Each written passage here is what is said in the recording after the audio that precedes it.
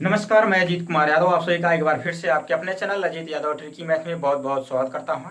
आज मैं आप लोगों को एनसीईआरटी पैटर्न डॉक्टर मनोहर रे गणित की बुक कक्षा 10 का जो चैप्टर आपको पढ़ाने वाला हूं वो आपका बोर्ड पर दिख रहा है कि प्रश्नावली 4.6 का कक्षा 10 द्विघात समीकरण आज आप लोगों को पढ़ाया जाएगा और इसमें के सभी प्रश्न इंपॉर्टेंट प्रश्न को बताए जाएंगे। पहला पार्ट है, पहले पार्ट को आप देखेंगे, इसका 2-3 पार्ट और बनेगा, सभी प्रश्न खत्म हो जाएंगे जो परीक्षाओं में बार बार प्रश्न इस प्रकार का पूछा जाता है। 4.1 से लेकर 4.4 तक के प्रश्नों को अभी तक आपने नहीं पढ़ा है, हमारे चैनल पर जाकर के वहां से पूरी तैयारी आप कर सकते हैं और परीक्षा में अधिक से अधिक मार्क ला सकते हैं। इसलिए हमारे चैनल पर आप जा करके इसको आप अध्ययन करें, पढ़ें और घर बैठे निःशुल्क, आप कोई पैसा इसका नहीं लगता है, घर बैठे आप अपनी पूरी तरीके से तैयारी कर सकते हैं। एक चीज मैं आप लोगों से और कहना चाहूंगा कि आप हमारे चैनल पर अगर नए हैं और हमारे चैनल को अभी तक सब्सक्राइब नहीं किए हैं तो नीचे रेड कलर का जो बटन सब्सक्राइब लिखा है उसको आप क्लिक करिए। उसके बाद एक बेल आइकन की घंटी की बटन आएगी उसको भी प्रेस करिए और अपने दोस्तों को वीडियो को अधिक से अधिक लोगों को शेयर करिए। इससे क्या होगा कि जितना भी वीडियो मैं प्रोवाइड कराऊंगा, जितना भी वीडियो मैं अपलोड करूंगा उसका नोटिफिकेशन आपको सबसे पहले मिलता रहेगा। तो आपकी तैयारी पूरी तरीके से होती रहेगी, चाहे साइंस का हो, चाहे आपका मैथ का हो, चाहे आपका यहाँ से इंग्लिश का हो, सभी सब्जेक्ट का आपको प्रोवाइड कराई जा रही। इसलिए आप लोग हमारे चैनल को सब्सक्राइब करिए और अपने ग्रुप में अधिक से अधिक लोगों को शेयर करिए। चलिए स्टार्ट करते हैं। यहाँ से पहला सवाल आपके लिए स्क्रीन पर होगा। स्क्रीन पर पहला सवाल आपके लिए ये रहा। पहला सवाल कहता है किसी संख्या और उसके व्युत्क्रम का योगफल 2 है तो वह संख्या ज्ञात कीजिए। ये 2014 के प्रश्नों में पूछा गया है। किसी संख्या और उसके व्युत्क्रम का योगफल 2 है तो किसी संख्या, यहाँ से मान लेंगे कि माना वह संख्या यक्स है, मान लेंगे कि माना वह संख्या यक्स है, वह संख्या यक्स है। अब हमने माना है कि वह संख्या यक्स है। अब कह रहा है कि इस संख्या का व्युत्क्रम का योगफल, अब इस संख्या का जो व्युत्क्रम हो जाएगा, व्युत्क्रम के मतलब कि कोई भी संख्या का अगर व्युत्क्रम में कहा जाता है तो उसका भाग हो जाता है। तो अब इस संख्या का व्युत्क्रम हो जाएगा 1/x, मतलब कि वह संख्या यक्स है तो यक्स का व्युत्क्रम हो जाएगा 1/x। अगर कोई संख्या y है, इसका व्युत्क्रम पूछा जाता है तो 1/y हो जाएगा। कोई संख्या 5 है तो 5 का व्युत्क्रम 1/5 हो जाता है। 10 अगर है तो 10 का व्युत्क्रम 1/10 हो जाता है। तो इस प्रकार से किसी भी संख्या का अगर व्युत्क्रम पूछा जाता है तो उस संख्या का भाग हो जाता है। तो अब क्या कहा जा रहा है, कह रहा है कि उन संख्याओं के व्युत्क्रम का योगफल, मतलब कि इस संख्या का, पहली संख्या क्या है आपका यक्स है और इसका व्युत्क्रम क्या है 1/x है, इन दोनों का योगफल में से जोड़ होता है, 2 के बराबर है तो वह संख्या ज्ञात कीजिए। अब ये आपका एक इक्वेशन बन रहा है, एक समीकरण बन रहा है, इसी समीकरण को हल कर देना है और यक्स का मान निकाल लेना है, संख्या निकल जाएगी।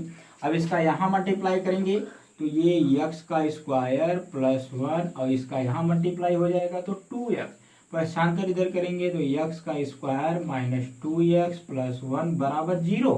ये आपका एक द्विघात समीकरण बन गया, द्विघात समीकरण बन गया। अब इसी द्विघात समीकरण को हल कर देना है। द्विघात समीकरण को हल करेंगे तो x square minus x plus 1 बराबर 0। द्विघात समीकरण को हल करना मैंने बताया हूं आपको इसके पहले वाले वीडियो में तमाम प्रकार से। तो उसको अगर द्विघात समीकरण को तोड़ना आपको नहीं आ रहा है, नहीं समझ पा रहे हैं, तो आप वहां से जाकर के सभी चीज पढ़ सकते हैं और अच्छे तरीके से जान जाएंगे द्विघात समीकरण को कैसे तोड़ा जाता है। मध्य को भागों में आपने तोड़ा है तो इसको माइनस एक्स जोड़ करके -2x हो जाएगा।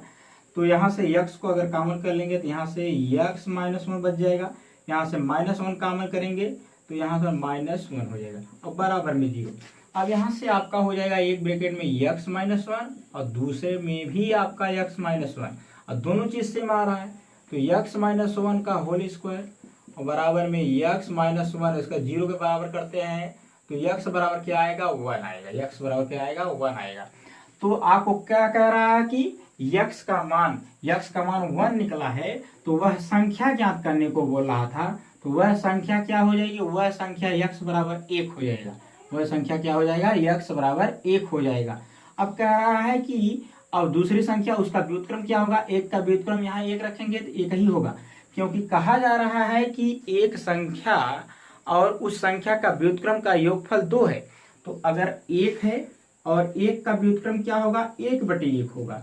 अगर दोनों को हम जोड़ते हैं तो ये आपका 2 के बराबर होता है। बस आपका आंसर तो यहाँ तक हो गया था, लेकिन जो कह रहा है उसको मैंने फॉलो करके बताया हूँ कि 1 का व्युत्क्रम 1/1 होता है, और 1 को जब जोड़ते हैं तो ये 2 के बराबर हो जाता है, जो पूरी तरीके से ये सिद्ध हो रहा है। बस यही करना था। ऐसे प्रश्न आपको कोई भी मिले तो आप इस तरह से कर सकते हैं, कोई दिक्कत नहीं होनी चाहिए। चलिए अगला प्रश्न हम लोग देखते हैं। अगला प्रश्न आपके लिए स्क्रीन पर ये रहा। इसमें है कि 2 क्रमांगत सम संख्याओं का गुणनफल 528 है, तो संख्या ज्ञात कीजिए। 2 क्रमांगत सम संख्या का गुणनफल 528 है। देखिए 2 क्रमांगत सम संख्या किसे कहते हैं, वह संख्या जो 2 से पूरी तरीके से कट जाती है, यानी कि वह संख्या जो 2 से पूरी तरीके से कट जाती है और रिमाइंडर यानी कि शेषफल नहीं बचता है, और उसे कहते हैं सम संख्या। जैसे इसको जान लेना बहुत जरूरी है। सम संख्या वह संख्या होती है जो 2 से पूरी तरीके से कट जाती है। जैसे आपका 4 हो गया, 6 हो गया, 8 हो गया, 10 हो गया। ये सभी संख्याएं अगर हम 2 से भाग करते हैं तो 5 हो जाएगा, ये 4 हो जाएगा, ये आपका 3 हो जाएगा, ये आपका 2 हो जाएगा। देख रहे, रिमाइंडर नहीं बचना चाहिए, तो ये संख्याएं सम संख्याएं होती है। क्रमांगत 2 संख्या की बात कर रहा है यहाँ से। क्रमांगत 2 संख्याओं, मान लेंगे कि माना पहली सम संख्या x है। माना पहली सम संख्या क्या है, यहाँ से मानेंगे कि माना पहली सम संख्या, यहां से कह रहा है कि सम संख्या बराबर x है। ठीक, पहली क्रमांगत माना पहली सम संख्या x है, तो दूसरी क्रमांगत, देखिए एक सम संख्या में, किसी सम संख्या में जब हम 2 की वृद्धि करते हैं तो उसकी क्रमांगत मतलब लगातार वाली, तो लगातार उसकी अगली संख्या निकल जाएगी। तो अब अगर उसकी क्रमांगत अगली संख्या दूसरी संख्या निकालेंगे तो x+2 होगा। मतलब कि पहली सम संख्या आपका x और दूसरी सम संख्या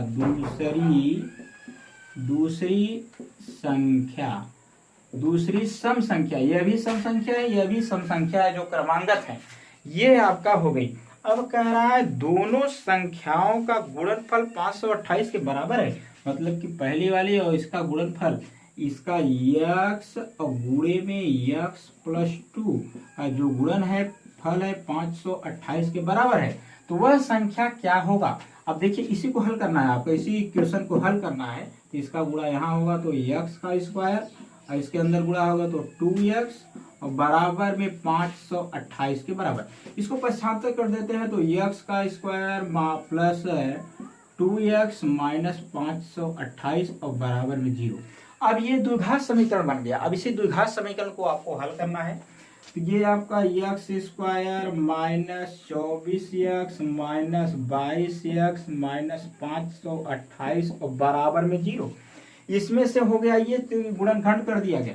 कॉमन नंबर इसमें से क्या है, इसको कॉमन करेंगे तो x यहाँ से कॉमन, तो x प्लस आपका 24, और इसमें से क्या कॉमन है, माइनस 22। इसको तोड़ेंगे आप, इसके पहले हमने वीडियो में पढ़ाया हो 4.1 4.2 में।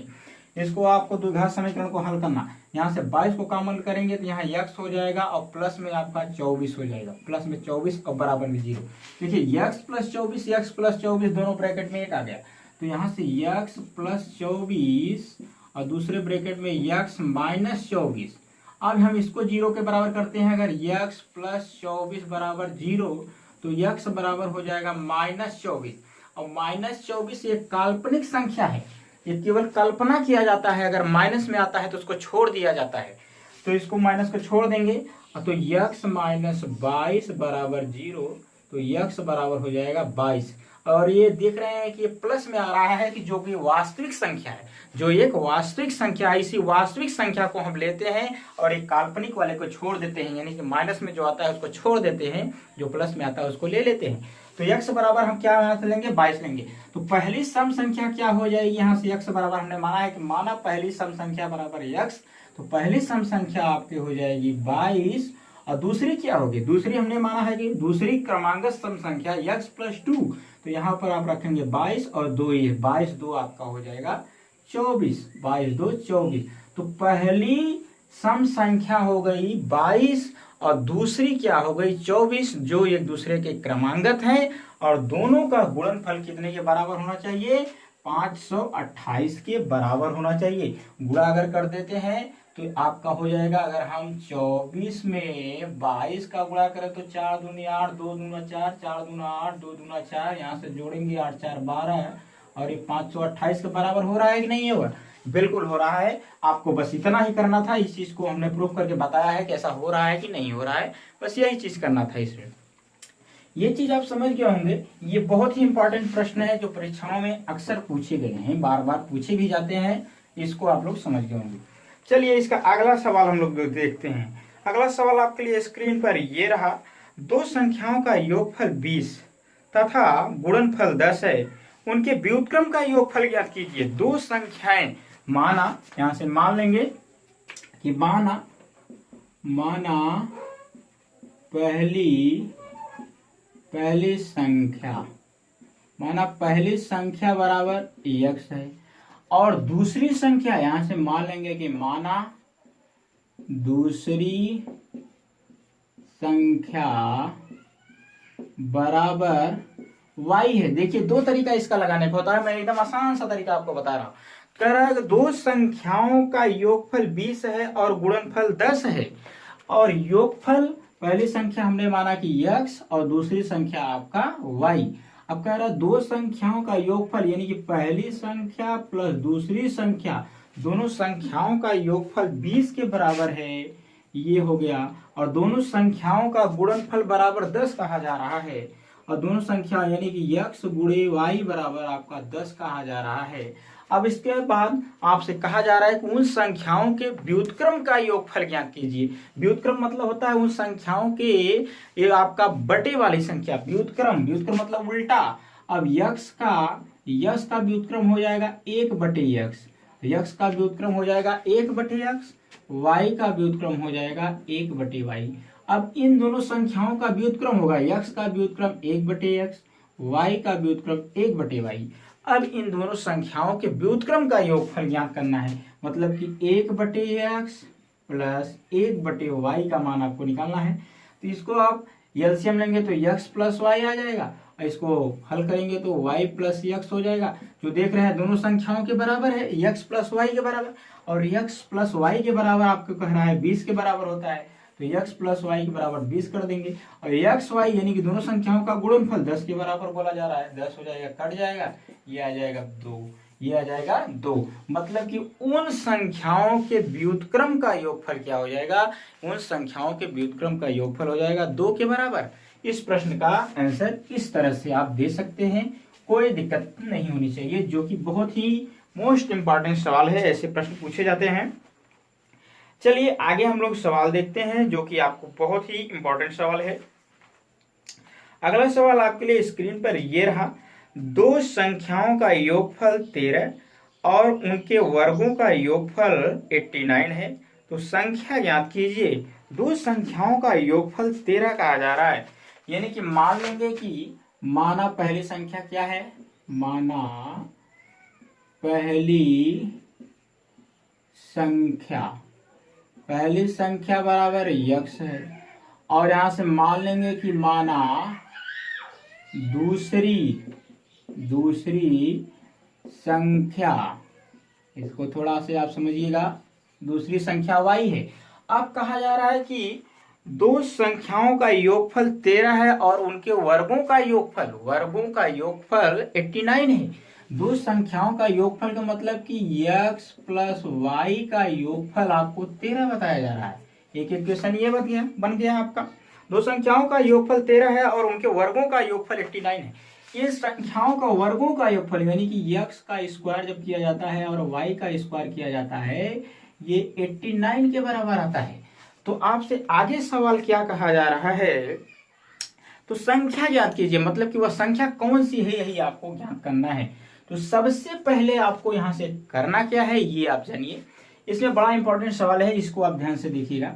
इसको हम लिख सकते हैं, एक फार्मूला हमने बताया था कि यहां से आप कर सकते हैं x minus y, x minus y का होल स्क्वायर, यहां से आप कर ले यक्स प्लस वाई कर लीजिए, यक्स प्लस वाई का होल स्क्वायर अगर करते हैं यहां से, तो इसको आप लिख सकते हैं यहां से यक्स का स्क्वायर, यक्स का स्क्वायर प्लस वाई का स्क्वायर, यक्स का स्क्वायर प्लस वाई का स्क्वायर माइनस यहां से आपका प्लस आपका 2xy होता है। ये फार्मूला होता है, यक्स प्लस वाई का होल स्क्वायर बराबर x square plus y square plus 2xy होता है। तो यहां से यक्स प्लस वाई की जगह आप देख रहे हैं 13, तो यहां से 13 का वर्ग हो जाएगा ये चीज, और x square plus y square बराबर आप देख रहे हैं कि 89 है, इसको रख दीजिए, और यहाँ से 2xy, आप 13 का वर्ग करेंगे तो 169 आ जाएगा। इसको पक्षांतर अगर हम कर देते हैं तो 89 आपका माइनस में और 2xy आ जाएगा, 2xy आ जाएगा, घटाएंगे तो यहाँ से आपका आ जाएगा 8 और ये 0 यानी कि 80, 2xy बराबर ये, और xy बराबर आपका हो जाएगा, भाग करेंगे तो 40, मतलब कि संख्याओं का गुणनफल क्या हो जाएगा, संख्याओं का गुणनफल आपका 40 के बराबर आ जाएगा, और संख्याओं का योगफल आप देख रहे हैं, यानी कि संख्याओं का योगफल x प्लस वाई बराबर आपका 13 आ जा रहा है। ये चीज आप समझ गए होंगे। आपको निकालना क्या है, संख्याओं को ज्ञात करना होगा, संख्या कौन सी होगी।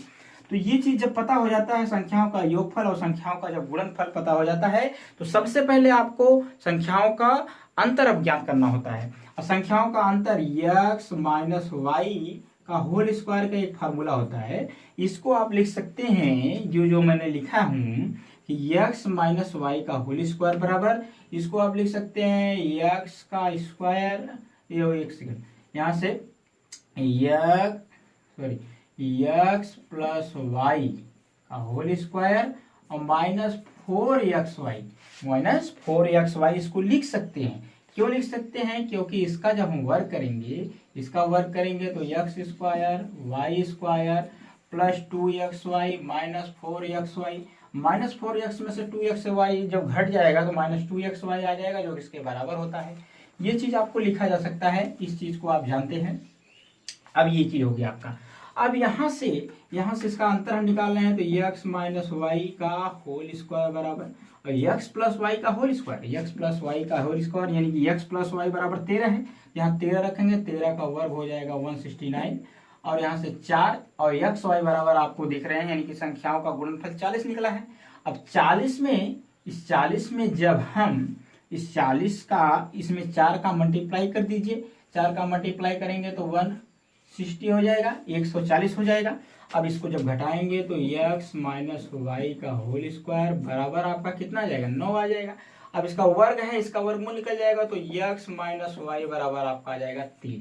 अब देखिए, जब आपको संख्याओं का योगफल पता हो जाता है और संख्याओं का अंतर पता हो जाता है तो आप संख्या निकाल सकते हैं। अब देखिए, एक इक्वेशन आपका ये बन गया और ये आपका ये बन गया, ये योगफल वाला है, ये अंतर वाला है। दोनों समीकरणों को हल कर दीजिए, संख्या पता हो जाएगी। देखिए, समीकरण आपका ये आपका पहला हो गया। अगर यहाँ से कर लेते हैं x माइनस वाई बराबर 3, x प्लस वाई बराबर आपका 13, x प्लस वाई बराबर 13, तो ये यहाँ से कट जाएगा। और इसको करेंगे तो 2x, इसको जोड़ देंगे तो आपका हो जाएगा 13 यानी कि 16, x बराबर हो जाएगा 8, x बराबर हो जाएगा 8। अब किसी एक समीकरण में x का मान अगर हम यहाँ पर 8 रखते हैं, इसको 75 कर देते हैं तो 8 5 13, y बराबर आपका आ जाएगा आपका 5, y बराबर 5। तो वह संख्या आपको क्या मिली, पहली संख्या आपको मिल गई 8 और दूसरी संख्या यानी कि y बराबर 5 मिल गई। वह संख्या क्या क्या निकल गई, यह पहली संख्या क्या हो जाएगी आपकी 8 और दूसरी संख्या हो जाएगी 5।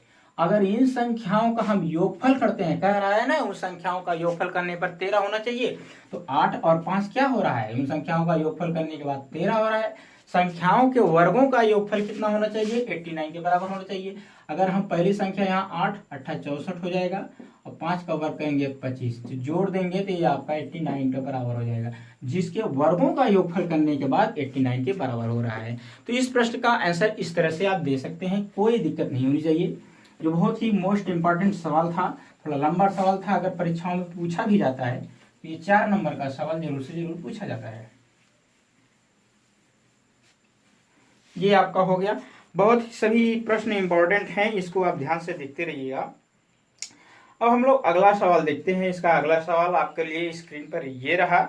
इसमें उन दो क्रमांगत धन विषम पूर्णांकों को ज्ञात कीजिए जिनके वर्गों का योगफल 290 है। मतलब कि उन दो क्रमांगत धन विषम पूर्णांकों को ज्ञात कीजिए। उन दो क्रमांगत धन विषम संख्या, मतलब कि विषम संख्या वह संख्या होती है जो दो से पूरी तरीके से नहीं कटती है, उसे विषम संख्या कहते हैं। विषम संख्या होनी चाहिए और वो क्रमांगत होनी चाहिए। वो संख्याएं कैसी होनी चाहिए? क्रमांगत होनी चाहिए। और कह रहा है कि जिनके पूर्णांकों का योगफल, वर्गों के योगफल कितने के बराबर है? 290 के बराबर है। तो मान लेंगे कि पहली संख्या क्या है आपका? x है। पहली संख्या आपका क्या है? 2। और ये संख्या कैसी है? एक विषम संख्या है। एक संख्या कैसी है? विषम संख्या है। और दूसरी संख्या क्या हो जाएगी? ये दूसरी संख्या एक विषम संख्या है, तो विषम संख्या की क्रमांगत अगली वाली संख्या आपको प्राप्त करने के लिए उसमें 2 का प्लस करना पड़ता है, क्योंकि अगर एक सम संख्या में 1 जोड़ते हैं तो अगली वाली विषम संख्या मिलती है, और विषम संख्या में अगर 1 प्लस करते हैं तो सम संख्या मिलती है। तो इसको हमने विषम संख्या माना है, तो इसके अगली वाली विषम संख्या प्राप्त करने के लिए इसमें 2 जोड़ना पड़ता है। तो इसमें हम x प्लस 2 कर देंगे तो ये लगातार 2 क्रमांगत विषम संख्या प्राप्त हो गई। अब आपको कह रहा है कि दो पूर्णांकों को ज्ञात कीजिए जिनके वर्गों का योगफल 290 के बराबर है। इनके वर्गों का योगफल, अगर x का हम वर्ग कर दें और x प्लस 2 का वर्ग का योगफल कह रहा है 290 के बराबर है। बस यही इक्वेशन बना लेना है। इक्वेशन जो बना लेगा वह सवाल को लगा लेगा। यहाँ से अब इसको हल कर देना है। यहाँ से x का स्क्वायर, और फार्मूले के अनुसार है x का स्क्वायर प्लस 4x, और ये बराबर में आपका हो जाएगा 290 के बराबर। अब इसी को हल करना है, x मिलकर के 2x स्क्वायर के बराबर हो जाएगा। और यहाँ से आपका 4x और ये आपका प्लस 4, और ये इधर आएगा तो माइनस 290, और बराबर में 0। इसको इधर लाएंगे तो यहाँ प्लस आपका है और इधर माइनस हो जाएगा। अब यहाँ से 2x स्क्वायर प्लस 4x, इसको घटा देंगे तो ये माइनस 200 आपका हो जाएगा 86, बराबर में आपका 0। इसको और छोटा कर सकते हैं, अगर 2 से हम सभी पदों में भाग दें। देखिए 2 इससे कट जाएगा, 2 इसमें कटेगा, 2 से इसमें पूरा तरीके से भाग जाएगा। तो भाग करेंगे और इसमें भाग देंगे इधर साइड में, तो आपका 0 हो जाएगा। ये आपका x का स्क्वायर प्लस 2 दूना 4 और माइनस 1 और 2 चौकार 2 3 6, मतलब कि 183 हो जाएगा। अब इसी द्विघात समीकरण को आपको हल कर देना है। इसी द्विघात समीकरण को आपको हल कर देना है।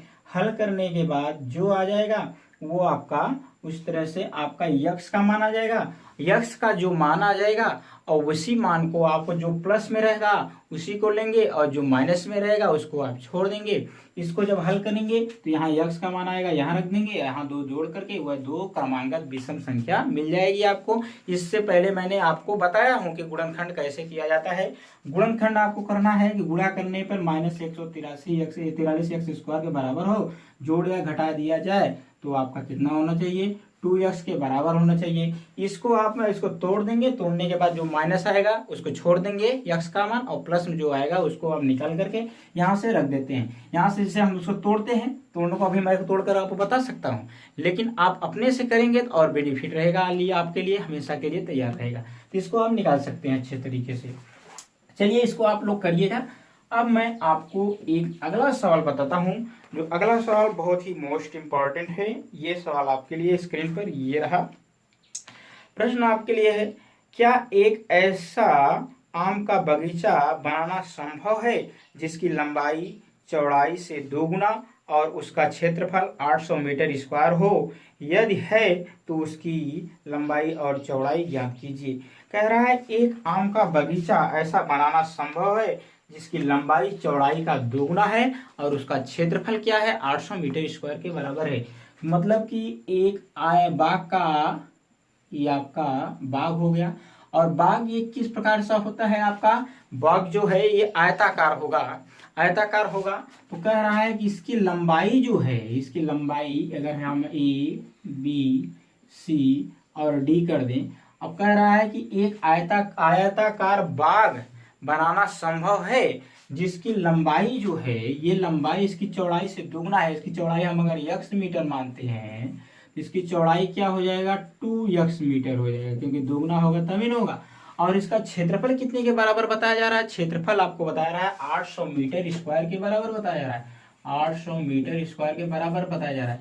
तो आयत का क्षेत्रफल जो होता है लंबाई गुणे चौड़ाई, तो लंबाई कितना है आपका 2x और चौड़ाई कितना है x है, जो बराबर है 800 मीटर स्क्वायर के बराबर है, 800 मीटर स्क्वायर के बराबर है। यहाँ से इसका गुणा करेंगे तो ये आपका x स्क्वायर हो जाएगा, 2 इधर भाग करेगा तो ये आपका 400 हो जाएगा, और x बराबर इसका वर्गमूल हो जाएगा तो ये आपका 20 मीटर हो जाएगा, ये आपका 20 मीटर हो जाएगा।